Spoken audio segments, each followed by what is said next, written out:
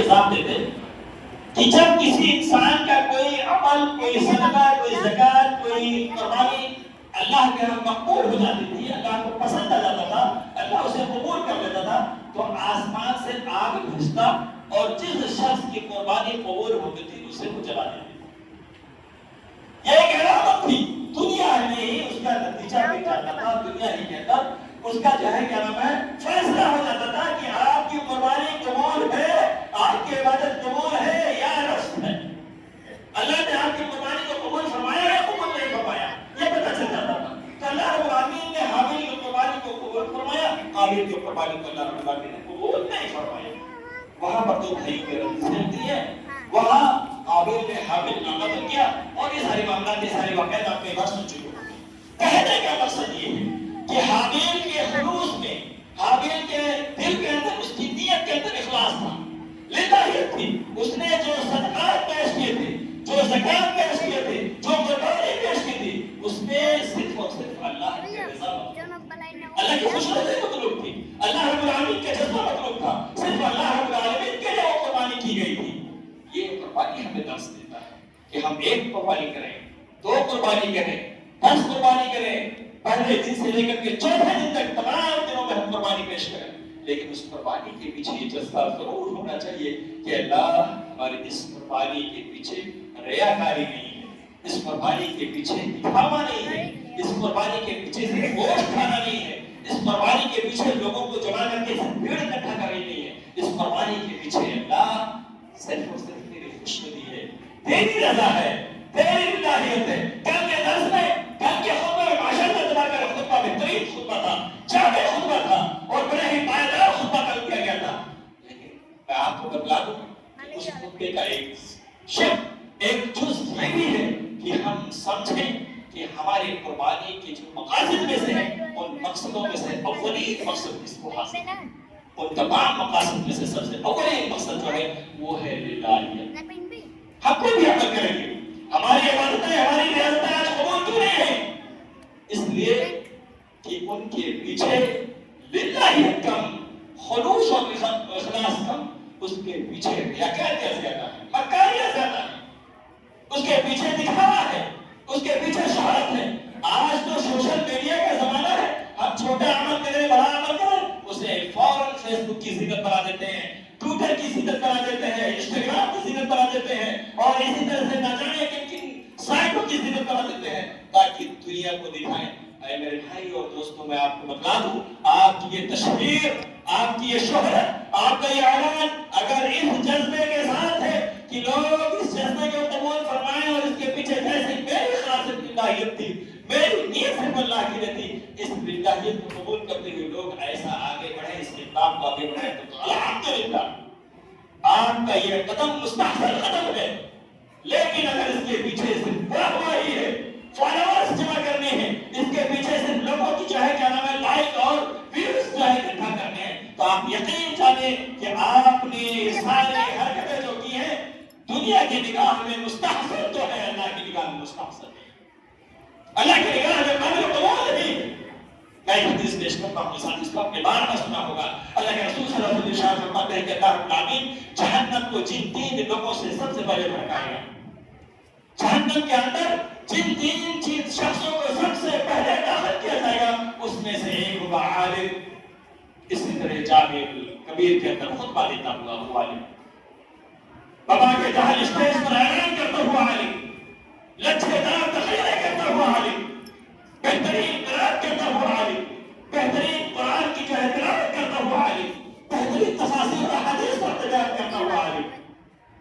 اس سے اللہ رب العالمین سب سے پہلے جہنم میں داخل کرے گا۔ اسی طرح ایک وہ شخص جو دنیا کے اندر بڑا مالدار تھا، سخی تھا، بڑا ہی جو ہے کہ وفر والا تھا، ہر اچھے کام میں قدم بڑھاتا تھا، تقریریں ہوں لو صدقات، کوئی بیوہ آ گئی لو صدقات، کوئی شادی بیاہ ہو لو صدقات، زکات و صدقات اس نے بتا کے رکھی تھی، ہر کسی مانگنے والے کے سوال کا اس نے جواب دولت سے دیا تھا۔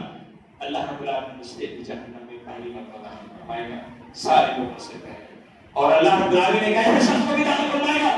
جو مجاہد تھا، اعلاء کلمت اللہ کے خاطر، اس نے جہاد کی، سرحدوں کی حفاظت کی، کلمے کی حفاظت کے لیے اس نے اپنے آپ کو آگے رکھا، لیکن ان تینوں کے جو نظریے کیفیات تھے، ان تینوں کے اندر کا جو جذبہ تھا، ان تینوں کے دلوں کی جو بات تھی، جو راز تھی، وہ اللہ اس کے درمیان کوئی تیسرا نہیں جانا۔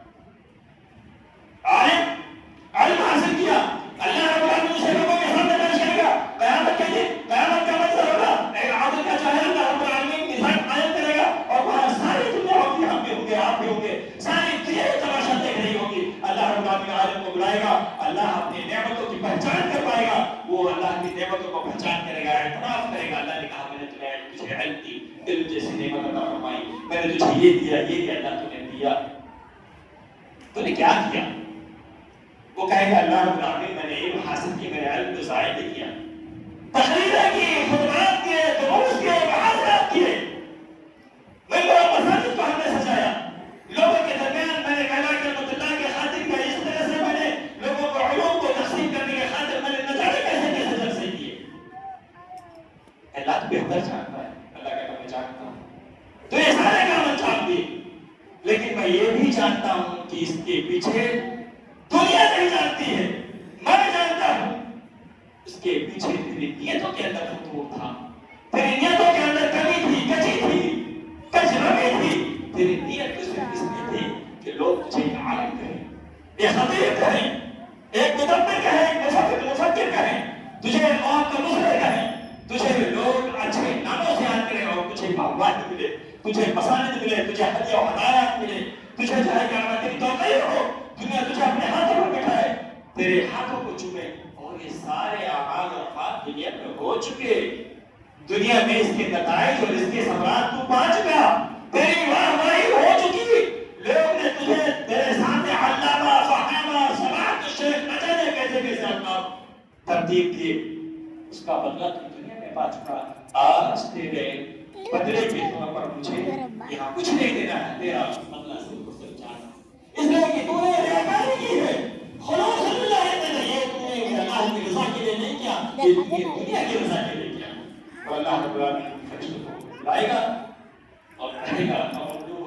اور بھی سلسلہ ضرورہ سبعون ذراعاً فسلکو، اس بدبخت کو زنجیرہ میں جگہ لو، اسے مرتے بل تقسیم دے بیچ کرنا ہوگا،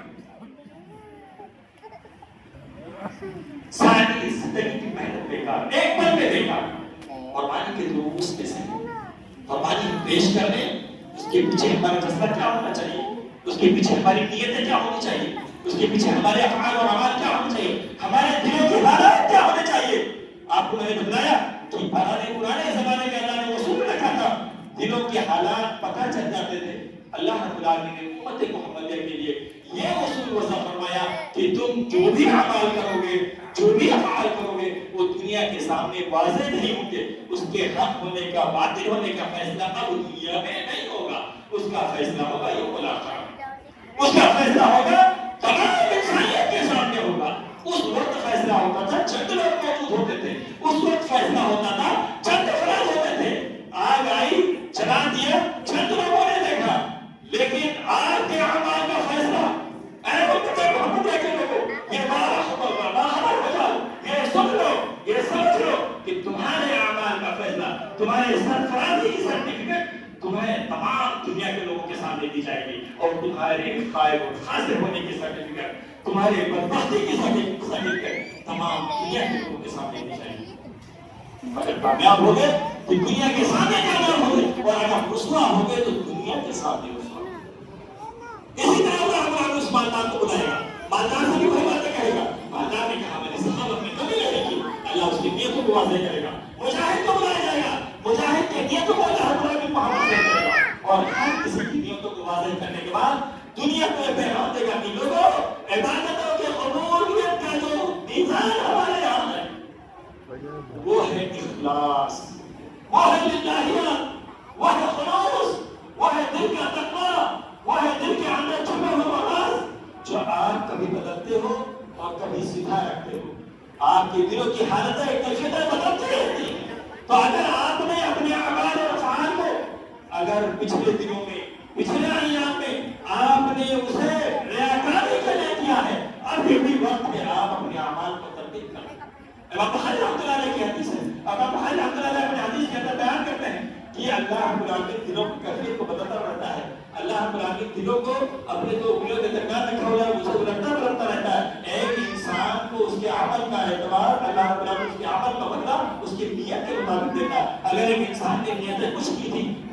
نے نیت کچھ کر لی تو بات کی نیت اگر درست ہے یا بات کی نیت جیسے اس نے کی ہے اس نیت کے مطابق اسے جزا دی جاتی ہے، اسے بدل دیا جاتا ہے۔ تو قربانی کے لیے اس میں سے بہت ساری باتیں ہیں، میں ساری باتوں رکھنے کا جو ہے مزاج نہیں، کیونکہ ہر خطیب کو وقت کی قلت کی کمی کا شکوہ ہوتا ہے اور وقت ہمارا ختم ہو چکا ہے۔ میں معذرت کے ساتھ اپنی بات کو ختم کرنا چاہتا ہوں، لیکن اس پیغام کے ساتھ، اس التماس کے ساتھ، اس خلوص اور للہیت کی جو ہے پکار کے ساتھ کہ لوگوں ہم نے جو قربانیاں پیش کی ہیں اس کے پیچھے ہمارے جو بھی راز رہے ہوں ہم اس راز کو چھوڑیں۔ ابھی ہماری جو نیت ہونی چاہیے یہ ہونی چاہیے کہ اللہ ہماری قربانیوں کی اخلاص پیدا فرما،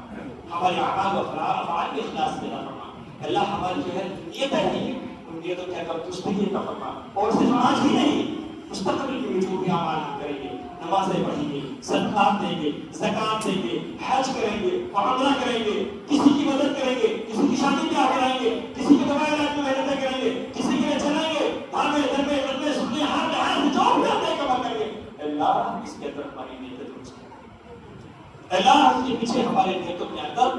مستقیم ہو، للہیت ہو، خلوص ہو، تیری رضا ہو۔ اللہ رب العالمین ہم کو نیک عمل کرنے کی توفیق عطا فرمائے۔ جب تک ہمیں دنیا میں رکھے ہوئے اسلام پر قائم رکھے، جب ہمارا خاتمہ ہو تو قلب توحید پر ہو۔ اللہ رب العالمین ہم تیرے خائر و خاصر بندے ہیں، عاجز بندے ہیں، کمزور بندے ہیں۔ اللہ رب العالمین تو ہماری منظوری کو دیکھ، اللہ ہماری شقاوت اور بدبختی کو دیکھ، لیکن اللہ رب العالمین تیرے رحمت تیرے غضب پر بھاری ہے۔ اللہ تو اپنی رحمتوں کی چادر ہم پر پھیلا، اللہ رب العالمین اپنی شفقتوں کی چادر ہم پر پھیلا، اللہ تیرے عنایت کے بلا تیرے جو توفیق کے اللہ رب العالمین ہم سارے نہیں ہو سکتے، اللہ رب العالمین ہم تجھ سے تیری توفیق طلب کرتے ہیں۔ ایاک نعبد و ایاک نستعین اهدنا الصراط المستقیم صراط الذین انعمت علیہم غیر المغضوب علیہم ولا الضالین آمین۔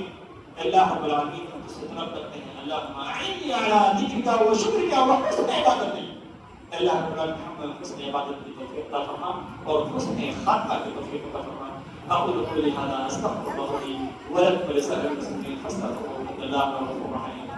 السلام عليكم ورحمة الله وبركاته وآخر دعوانا الحمد لله رب العالمين۔